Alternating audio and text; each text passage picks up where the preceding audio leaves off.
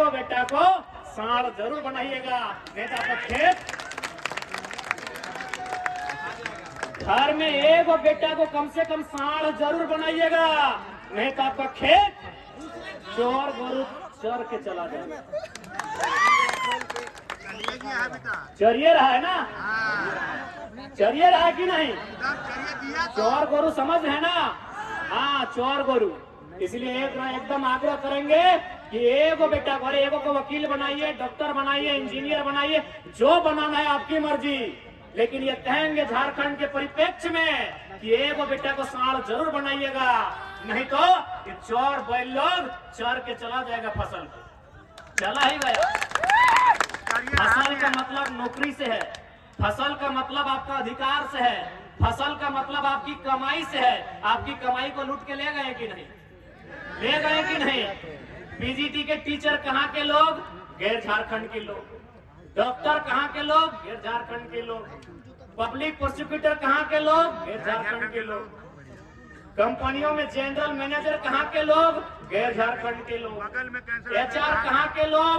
गैर झारखंड के लोग। सुपरवाइजर कहाँ के लोग? गैर झारखंड के लोग। तो क्या गलत बोले एगो बेटा को साढ़ बनाने?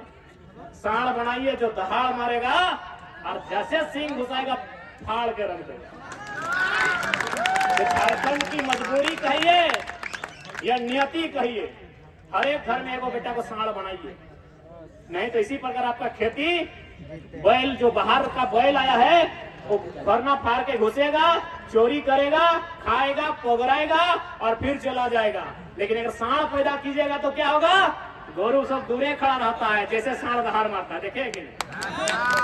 साढ़ अगर दहाड़ मारता है ना तो बैल लोग कि बरद लोग पीछे ही रहता है कि साढ़ दहाड़ मार रहा है। ये झारखंड की मजबूरी कहिए या नियति कहिए, आज हर एक परिवार से, खासकर जो लोग माइंस के एरिया में रहते हैं, जो लोग इंडस्ट्री के एरिया में रहते हैं और जो लोग शहर के बगल में रहते हैं, क्यों नहीं? इनकी नजर आपके खेत में है। खेत मतलब आपकी जमीन में है ना। पूजा सिंगल बड़का हॉस्पिटल बनाया ना, अपना ससुर का जमीन में बनाई थी। हरी जमीन, जो कभी बिकता नहीं है, व्यवस्था जो कभी बिकता नहीं है, हरी बिकता ही नहीं है, उड़ाव का व्यवस्था ही नहीं है, उसमें बड़ा का बिल्डिंग खड़ा हो गया। हरी जमीन खरीद ली पूजा सिंघाल, आपका सिस्टम को उखाड़ नहीं पाया, कुछ नहीं उखाड़ पाया। उखाड़ना है तो साढ़ बनना होगा, उखाड़ना है तो साढ़ बनना होगा। मेरा इशारा आप समझते हैं? सबको कमीशन मिलता दादा, सबको कमीशन मिलता है, सही बोले। कमीशन मिलता है। हम कल एक झारखंड मुक्ति मोर्चा के एक बड़े लीडर से बैठे थे, वो बार एक बात बताए, ये रांची से जो क्या नाम है चंपई जी के जो लेटर को लिखे हैं, वो बराबर इसी लोग को फोन घुमाते हैं और बोलते हैं कि रांची नहीं आ रहे आप, सप्ताह में एक दिन रांची आइए। इसका मतलब है कि आप अपना जिला में जो कमाई कर रहे हैं रांची में आके लेखा जोखा का हिसाब दीजिए। इसलिए देखिए आज सब एक ही में घिरा हुआ है। एक नया लड़का है, इस उम्र में हम लोग को अपना कैरियर का चिंता करना चाहिए था, लेकिन आज हम लोग राज की चिंता में निकले हैं और इस राज की चिंता में हम लोग अपने आप को तो चिता बना लिए हैं। विश्वास कीजिए, हमें एक 29 साल का युवा लड़का, मुझे अपने कैरियर की चिंता होनी चाहिए थी, लेकिन मैं राज की चिंता में निकला हूं और उस चिंता में चिंतित होके मैंने खुद को चिता बना लिया है। 1 दर्जन से ज्यादा बीमारियों को मैंने पाल के रखा है। हमारे गला में भी अंदर से इन्फेक्शन है, डॉक्टर बार बार बोला है कि ज्यादा मत बोलिएगा, दिक्कत होगा। हमारा लंग्स में भी प्रॉब्लम हुआ है, इतना सा बारीकी प्रॉब्लम, एक नेगेटिव चार्ज मेरा लंग्स में भी हुआ है, आंख में भी मेरा रेड अलर्ट है, दांत तो 2 को उखाड़ना पड़ा हमको। यानी 2 साल पहले हमको कोई बीमारी नहीं था, आज 12-13 को बीमारी लेके बैठे हैं। कारण झारखंड के लोगों की चिंता। अगर हम लोगों को खुद की चिंता होती तो आपको भी इतना अनुभव हो गया है कि असम के मुख्यमंत्री हमारे साथ चाय पीना चाहते हैं तो समझ लीजिए हम लोग का चर्चा कहां तो आप तो अनुमान लगा लीजिए। अगर जयराम कुमार महतो को अगर खुद की चिंता तो झारखंड ही नहीं असम के मुख्यमंत्री हमसे बैठना चाहते हैं, मिलना चाहते हैं, तो समझ लीजिए आपके आशीर्वाद से हमारे चर्चा कहाँ कहाँ होता है। हमें अपनी चिंता नहीं है। तो चलिए, अगर असम के मुख्यमंत्री की बात आई है, उन्होंने मीडिया के सामने कहा है, मैं भी मीडिया के सामने कहता हूं कि आदरणीय असम के जो मुख्यमंत्री हैं, हमारी झारखंड की मिट्टी में वो मेहमान के रूप में आए हैं, आपका स्वागत करते हैं। और चूंकि झारखंड के लोग चाय पे इंटरेस्ट नहीं लेते हैं, हम आपको माड़ भात के लिए निमंत्रण देते हैं, स्वीकार। और साथ ही असम के माननीय मुख्यमंत्री को, श्रद्धेय मुख्यमंत्री को यह भी संदेश देंगे कि हम आपके साथ रेड स्टार, ब्लू स्टार में बैठ के माड़ भात नहीं खाएंगे, क्योंकि झारखंड का राड़ बेटा है। आप झुमरा या पारसनाथ की तलहटी में आइए, आपके निमंत्रण को स्वीकार करते हैं। मैं मीडिया बंधुओं के माध्यम से आसाम के माननीय मुख्यमंत्री जो हमारी सरजमी में एक मेहमान बन के आए हैं, मीडिया में उन्होंने चाय के लिए खुला आमंत्रण मुझे दिया था, मैं उनके आमंत्रण को, मैं उनके न्योता को स्वीकार करता हूं। बस थोड़ा सा फेर बदल करना चाहता हूं कि मैं ब्लू स्टार, रेड स्टार में उनके साथ नहीं बैठूंगा।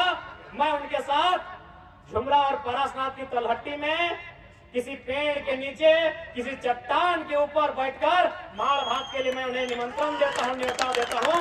मुख्यमंत्री साहब आए और निमंत्रण को स्वीकार करें। तो आप इतना जान लीजिए, मैं पहाड़ी मंदिर, चूंकि रांची शहर हो गया है और गांव का बेटा को थोड़ा जंगल अच्छा लगता है, इसीलिए उनको जंगल बुला रहे हैं। हाँ, उनको पारसनाथ झारखंड की धरोहर है, मैं उनको वहां आमंत्रित करता हूं, वहां आए। बिल्कुल उनके साथ बैठ के हम लोग गर्व से माड़ भात खाना पसंद करेंगे, वहां आए। उनको हम न्योता देते हैं और उनके न्योतों को स्वीकार करते हैं। तो इसलिए जितने भी हमारे भाई, हमारे चाचा, हमारे अभिभावक जो भी आए हैं, हमारी दीदीगण, हमारी मासीगण, हमारी जितने भी महिला शक्ति भी आए हैं, मैं उनसे यही आग्रह करूंगा कि आज आप चिंता कीजिए, आप अपने पूर्वजों के इतिहास को समझिए। आप अंग्रेजों के काल से जो आंदोलन हुए हैं, उन आंदोलन को समझिए। उसके बाद झारखंड अलग करने के लिए जो आंदोलन हुआ, पहला फेज जयपाल सिंह मुंडा, कार्तिक उरांव, एनी हरो, दूसरा फेज विनोद बिहारी महतो, शिबू सोरेन, एके राय, निर्मल महतो। उस आंदोलन को समझिए, उस विषय को समझिए और आज अपने बच्चों को भी बताइए। नहीं तो एक दौर ऐसा आएगा, आज रांची देखिए, रांची देखते ही आपको तकलीफ होता है कि तमाम इमारतें गैर झारखंडियों की और झाड़ू पोछा लगाने वाले झारखंडी। यदि आप अपने हालात से परिचय नहीं हो पाते हैं, यदि आप विषय वस्तु से परिचय नहीं हो पाते हैं, तो 20 साल के बाद आप भी होंगे, हम भी होंगे, तमाम लोग होंगे, लेकिन ये जो दृश्य देख रहे हैं, ये दृश्य नहीं होगा। इसलिए आज चिंता कीजिए। इसलिए हम लोग पहला प्रयास करेंगे राजनीति के माध्यम से, कलम के माध्यम से, नियम कानून के माध्यम से, विधि विधेयक के माध्यम से इस राज्य की संपदा को लूटने से बचाया जाए, इस राज्य के लोगों के खेत खलिहान को लूटने से बचाया जाए, इस राज्य के लोगों को नौकरियों को लूटने से बचाया जाए। इसलिए हम लोग पहला प्रयास करेंगे कि नियम से, विधि विधेयक बना के, सदन के भीतर नियम बना के, सदन के भीतर आवाज को बुलंद करके, झारखंड के जनमानस की समस्याओं से सदन को परिचय करवा के नीति नियम बना के काम करें। और जब ना हो तो ये उलगुलान के प्रदेश से पीछे मत हटिएगा। ये उलगुलान आप अपने लिए नहीं करेंगे, ये उलगुलान आप अपने बच्चों के भविष्य के लिए करेंगे। वे बच्चे जो आज आपकी गोद में यहाँ तक चल के आए हैं, वे बच्चे जो 5वीं 6ठी क्लास में पढ़ रहे हैं, वे पढ़ तो लेंगे और 90% अंक लेकर पास भी हो जाएंगे, लेकिन कहाँ जाएंगे? गुजरात की कपड़ा फैक्ट्री में, कहाँ जाएंगे? सूरत की कपड़ा फैक्ट्री में, कहाँ जाएंगे? केरल की मछली फैक्ट्री में, कहाँ जाएंगे? हैदराबाद की किसी कंपनी में, कहाँ जाएंगे? महाराष्ट्र के किसी टावर में, दुबई कुवैत के बड़ी बड़ी जो टावर है वहां पर जाके काम करेंगे। वो 90% लाने वाले आपके बच्चे। आप बताइए ना, जब मैट्रिक की परीक्षा होती है, इंटर की परीक्षा होती है, और जब हमारे घर से हमारा कोई भाई, हमारी कोई बहन अगर स्कूल में टॉप करती है, कितना गर्व होता है। हम लोग फेसबुक में लगाते हैं स्टोरी, हम लोग व्हाट्सएप में स्टोरी लगाते हैं, हम लोग इंस्टाग्राम में स्टोरी लगाते हैं कि नहीं? कांग्रेचुलेशन, बधाई देते हैं कि नहीं? लेकिन ईमानदारी से बोलिए, 5 साल के बाद वो बच्चे कहाँ होते हैं? कोई हिसाब नहीं लेता जिस है। दिन वो पास करके आते हैं, पूरा झारखंड उन्हें जानता है कि फलाना स्कूल में टॉप करने वाला लड़का 85% लेके आया है, 425 नंबर लेके आया है, 450 नंबर लेके आया है, 475 नंबर लेके आया है, पूरे स्कूल में नाम रोशन किया है, पूरे जिले में नाम रोशन किया है, पूरे प्रखंड में नाम रोशन किया है, पूरे गांव में नाम रोशन किया है। लेकिन वही बच्चा, वही भाई, वही बहन 5 साल बाद बताइएगा कहां होता है? वही टॉप करने वाला बच्चा, मैट्रिक में, इंटर में क्वेश्चन पेपर को धुआं करने वाला बच्चा 5 साल बाद कहां होता है? क्या आपके पास हिसाब है? सब भूल जाता है। क्या आपके पास हिसाब है? 5 साल बाद आपने स्टोरी लगाया उसका? आपने मैट्रिक की परीक्षा पास करने के बाद जितना स्टोरी लगाया, क्या 5 साल बाद उसका स्टोरी आप लगा पाए? नहीं लगा पाए, क्योंकि अगर बहन है वो शादी होके पता नहीं गुमनाम हो गई, वो बहन शादी करके बेरोजगारी का दंश झेल के गुमनाम हो गई, और वो भाई मछली के फैक्ट्री में जाके गुमनाम हो गया। ये देश, ये प्रदेश नहीं मेरा, ये राज्य नहीं मेरा। इस राज्य की कल्पना वीरों ने नहीं की थी, इस राज्य के लिए निर्मल महतो ने कलेजे में गोली नहीं खाई थी, इस राज्य के लिए बिरसा भगवान ने खून की उल्टियां नहीं की थी, इस राज्य के लिए जयपाल सिंह मुंडा और विनोद बिहारी महतो ने, शेख भिखारी ने संघर्ष नहीं किया। अगर मैं गलत हूं तो टोकिएगा, अगर मैं गलत व्याख्या कर रहा हूं तो टोकिएगा। इतना समय लेके आपको कादो कीचड़ में खड़ा करके मुझे गलत कहने का अधिकार नहीं है, मुझे टोकिएगा अगर मैं गलत हूं। जिंदाबाद जिंदाबाद आज जिंदाबाद जिंदाबाद। इसलिए हम लोग पहले ही कह रहे हैं, सरकार में अगर हम लोग आते हैं तो सबसे पहले जमीन की हिफाजत करेंगे। क्योंकि मैं किसान का बेटा हूं, चासा घर का बेटा हूं, मेरा मानना है सबसे सर्वोपरि जमीन होता है, जमीन से ऊपर कुछ नहीं होता है। इसलिए हम लोग सबसे पहले जमीन की हिफाजत करेंगे। दूसरा बात, युवाओं के लिए एक बेहतर सिलेबस हम लोग तैयार करेंगे। हम लोग सिलेबस भी सरकार तय करेगी और परीक्षा की तारीख भी कैलेंडर में सरकार सेट करेगी। आज देखिए, सिलेबस को लेके हमारे भाई लोग आंदोलन कर रहे हैं। उनका तर्क है कि झारखंड का सिलेबस ऐसा लग रहा है मानो ये यूपीएससी का सिलेबस है। सही बात है, सही बात है। बाकायदा आज इस देश में शिक्षक तो बहुत सारे हैं, यूट्यूब के माध्यम से आप जानते हैं, खान सर को जानते हैं, ओझा सर को जानते हैं, विकास दिव्य कीर्ति को जानते हैं। विकास दिव्य कीर्ति ने एक स्टेटमेंट दिया था कि झारखंड के सिलेबस को देखने के बाद ऐसा लगता है कि ये झारखंड सरकार का नहीं, भारत सरकार का सिलेबस है। ये ठीक है, हम लोग अभी बच्चे हैं, हम लोग नौसिखिए हैं, लेकिन ये स्टेटमेंट इस भारत देश के एक सम्मानित व्यक्ति का है, डॉक्टर विकास दिव्य कीर्ति, जिन्होंने 23 साल की उम्र में आईएएस की परीक्षा को क्रैक किया था कि झारखंड का सिलेबस लगता है यूपीएससी का सिलेबस। क्यों क्यों सवाल उठता है, क्यों? न झारखंड ही है जो चारागाह है, जहाँ की सीटों को, जहाँ की नौकरियों को धड़ल्ले से बेचा जा सकता है। बंगाल में आप नौकरियों को नहीं बेच सकते हैं क्योंकि वहाँ बांग्ला भाषा अनिवार्य है। उड़ीसा में आप नौकरियों को नहीं बेच सकते हैं, वहाँ उड़िया भाषा अनिवार्य है। ये झारखंड है भैया, ये बाबा जी का ढाबा है, लुटते रहिए लुटते रहिए लुटते। का छूट दिया गया है। ये झारखंड बाबा जी का ढाबा है। इसीलिए सिलेबस, चूंकि जो लोग परीक्षा में बैठ भी जाएंगे वो सिलेबस के अकॉर्डिंग परीक्षा को क्रैक नहीं कर पाए। क्यों? झारखंड के बच्चे तैयारी कैसे करते हैं? वो खेती बाड़ी भी करते हैं, माता पिता के कामों में हाथ भी बटाते हैं, परिवार का बोझ भी उठाते हैं और परीक्षा की तैयारी करते हैं। चलिए, बीएड करने वाली गांव की बेटी की जानकारी लीजिए आप। क्योंकि बीएड करने के बाद वो शिक्षक बनती है, शिक्षिका बनती है। बीएड करने वाली किसी बहन जो गांव से करती है उसकी जानकारी लीजिए। वह सुबह उठ रही है, सास ससुर की सेवा करती है, अगर छोटा बच्चा है तो उसको नहाना धुलाना सारा काम करती है, पति को ऑफिस के लिए भेजती है, अगर कहीं काम करने के लिए ज्यादा टिफिन भर के देती है, उसके बाद वो बीएड कॉलेज जाती है। गांव की 90% बीएड करने वाली लड़कियों की कहानी है। वो जिस हाल में तैयारी करती है उस हाल में पटना में जो बैठ के बहन तैयारी कर रही है, मुकाबला नहीं होगा। इलाहाबाद में जो सिलेबस की तैयारी कर रही है, हमारी झारखंड की बेटी मुकाबला नहीं कर पाएगी। विषय को समझिए। इसीलिए सिलेबस को जानबूझ के मोटा किया जाता है ताकि हमारे साथ आराम से धोखाधड़ी हो सके, हमारे साथ छल हो सके। और सिलेबस तय कौन करते हैं? एक सवाल आता है, झारखंड में कोई भी मिनिस्टर हमें लगता है एगो दूगो हैं, जैसे doctor Lambodar Mahto PhD holder हैं, doctor Rameshwar Oraon PhD holder हैं, और 2-3 को पढ़े लिखे हैं जो मास्टर्स की उपाधि लिए हैं या फिर अच्छा पढ़ाई लिखाई किए हैं। लेकिन जो कैबिनेट में बैठे हैं, जो मंत्रिमंडल को संभाल रहे हैं, आप उनके क्वालिफिकेशन को गौर कीजिएगा। 50% जो मंत्री हैं वो नॉन मैट्रिक, यानी सिलेबस वो तय करेंगे नहीं, सिलेबस तय करेंगे आईएएस। बताइए कितने रांची के आईएएस हैं, कितने धनबाद के आईएएस हैं, कितने गुमला के आईएएस हैं? आईएएस तो हैं गैर झारखंड के।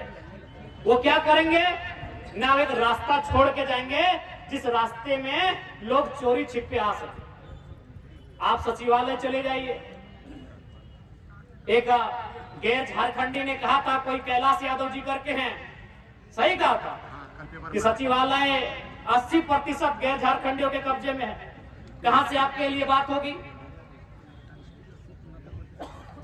इसलिए आज आप इस बात की आपको चिंता कीजिए। बहुत सारे लोग कहते हैं बाहर भीतर की बात करते हैं। देखिए हमारी लड़ाई बाहरी भीतरी की नहीं है, हमारी लड़ाई गैर झारखंडियों द्वारा जो जबरन कब्जा हो रहा है उसके खिलाफ की लड़ाई। हमारी लड़ाई बाहरी भीतरी की नहीं, जो बाहर के लोग कब्जा कर रहे हैं उस कब्जे के खिलाफ हमारी लड़ाई।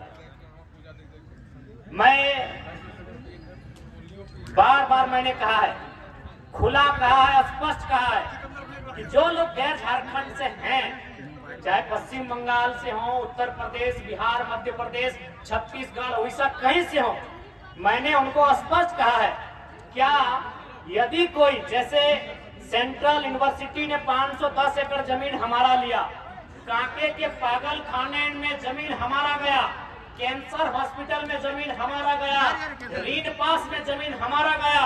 इसी प्रकार यदि यूपी, बिहार और एमपी वालों का जमीन कोई कंपनी ले और उन्हें लात मार के भगा दे, और तमिलनाडु वालों को, कर्नाटक वालों को अगर नौकरी में लेकर आए, तो बिहार, यूपी, एमपी वालों बताइए आपको तकलीफ होगा कि नहीं होगा? एक लाइन में उत्तर दीजिए। नहीं, आज जो खासकर देखते हैं यूपी बिहार के भाई लोग हमसे नाराज हो जाते हैं, तो हम आपसे पूछना चाहते हैं कि यदि आपकी बाप की जमीन कोई, क्योंकि आप लोग एकड़ नहीं ये बोलते हैं ना, बीघा, 12 बीघा में पुदीना बा, तो बताइए कोई आपकी 10 बीघा, 50 बीघा, 100 बीघा, 500 बीघा जमीन कोई कंपनी लेती है, उसका मुआवजा भी नहीं देगी, उसके बदले नौकरी भी नहीं देगी, बताइए आपको कैसा लगेगा? मैं ये संदेश विशेषकर यूपी बिहार के लोग हमेशा देखते हैं, 2-4 को हमसे मुंह फुला के रहते हैं। मैं उनको कहूंगा, साफ कहूंगा, मीडिया के माध्यम से कहूंगा कि यदि आपकी बपोती जमीन, जैसे हमारी जमीन आज लूट ली जा रही है, ऋण पास के नाम में, उद्योग के नाम में, यूनिवर्सिटी के नाम में, कंपनी, फैक्ट्री के नाम में, यदि आपके बाप की जमीन 10 बीघा, 12 बीघा लूट ली जाती और बदले में आपको नौकरी भी नहीं, आपको पैसा भी नहीं, और बाहर के लोगों को लाके नौकरी देती, बताइए आप क्या बोलना चाहते हैं? आप दिल में हाथ रखिए और बोलिए कि हमको स्वीकार है, हम लोग भी स्वीकार करें। अरे ये तो गनीमत है, ये झारखंड में है, ये यूपी बिहार में होता तो हमको लगता है 100% वही लोग रखते। तो देखिए मेरे भाइयों, जो यूपी से हैं, बिहार से हैं, बंगाल से हैं, विषय को समझिए। हमारी लड़ाई किनसे है, किस विचारधारा से है, सिस्टमेटिक कहाँ हमारी लड़ाई, समझिए। बाकी अगर आप बात करते हैं तो ईमानदारी से बोलिए, आप जिस जमीन पे रहते हैं, जहाँ घर बनाए हैं, वह जमीन हमारी, आपके बच्चे जिस स्कूल में पढ़ते हैं वह जमीन हमारी, आप जहाँ नौकरी करते हैं वह जमीन हमारी, आपका जहाँ दुकान है वह जमीन हमारी। कब आपसे हमारी लड़ाई है भाई?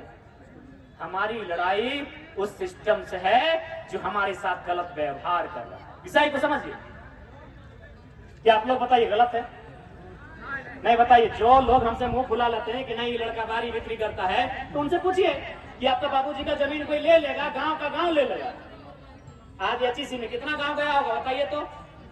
क्या एचईसी हमने आपको रियल एस्टेट को बेचने के लिए नहीं दिया था, हमने हाईकोर्ट बनाने के लिए भी नहीं दिया था, साफ बात है। हमने सिर्फ दिया था आपको, एचईसी का मतलब क्या होता है? Happy engineering corporation. यानी हमने जिस काम के लिए दिया था वो काम कीजिए, बाकी जो काम करना है, बहुत सारा जमीन पड़ा है, सरकार जमीन खरीदिए, मुआवजा दीजिए और कीजिए।